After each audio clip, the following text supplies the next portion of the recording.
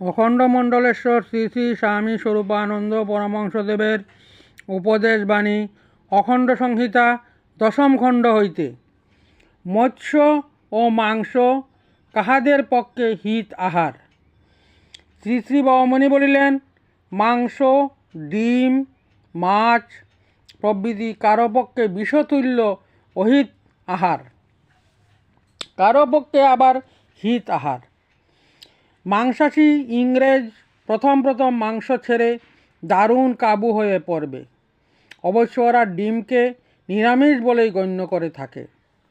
যাদের 42 পুরুষ ধরে নদী, নালা, খাল, বিল, পুকুরের মাছ ধরে খাচ্ছে, তাদের পক্ষে মৎস্যাহার পরিত্যাগ করে শরীরকে তার সমকক্ষ পুষ্টিকর উপাদান প্রদান করা অভ্যাসের দিক দিয়েও কঠিন, আর্থিক দিক দিয়েও কঠিন। আর বহু পুরুষ ধরে মাছকে খাদ্যর একটা প্রধান উপকরণ রূপে গ্রহণ করে আসার দরুন স্বল্প পরিমাণে গ্রহণ করলে মৎস্যাহার এদের পক্ষে অহিতাহার হয় না, বরং নিরামিষ খেতে খেতে এদের অনেককে অজীর্ণ বা শূল রোগে ভুগতে দেখা যায়। যারা সাধন ভজন করে জীবন কাটাবে, তাদের শুধু আহার সম্পর্কে কঠোর নিয়ম করে বহু খাদ্য বর্জন করা সম্ভব, কারণ আধ্যাত্মিক শ্রমে শরীরের বহু অনাবশ্যক ক্ষয় কমে যায় এবং পূরণের প্রয়োজনও কমে যায়।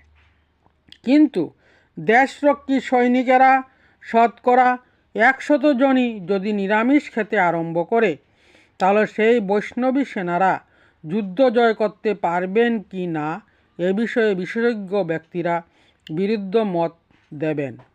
শিখ জাতি আর মুসলমান জাতির আহারের মধ্যে মাংস যে প্রধান এক উপকরণ, তার মস্ত কারণ এই যে এদের ধর্ম প্রতিষ্ঠাতারা ধর্মকে এমনভাবে প্রচার করতে এবং সম্প্রদায়কে এমনভাবে গঠন করতে পেরেছিলেন যে শিখ মাত্রেরই বা মুসলমান মাত্রেরই যুদ্ধক্ষেত্রটা ধর্মার্জনের সঙ্গে সঙ্গে জীবিকার্জনের পন্থা হয়েছিল। মৃত বা প্রাপ্যস্যে স্বর্গম, জিন্তা বা ভোগ্যস্যে মহিম। মরণে পাবে স্বর্গ, বাঁচলে হবে পৃথ্বীপতি। এই উপদেশ যাদের জন্য অর্জুনের জাতভাই সেই হিন্দু ক্ষত্রিয়দের জন্য শাস্ত্রকার নিরামিষ আহারের নির্দেশ দেননি। সুতরাং বুঝতে হবে যে মাংসাহারী এদের পক্ষে হিত আহার।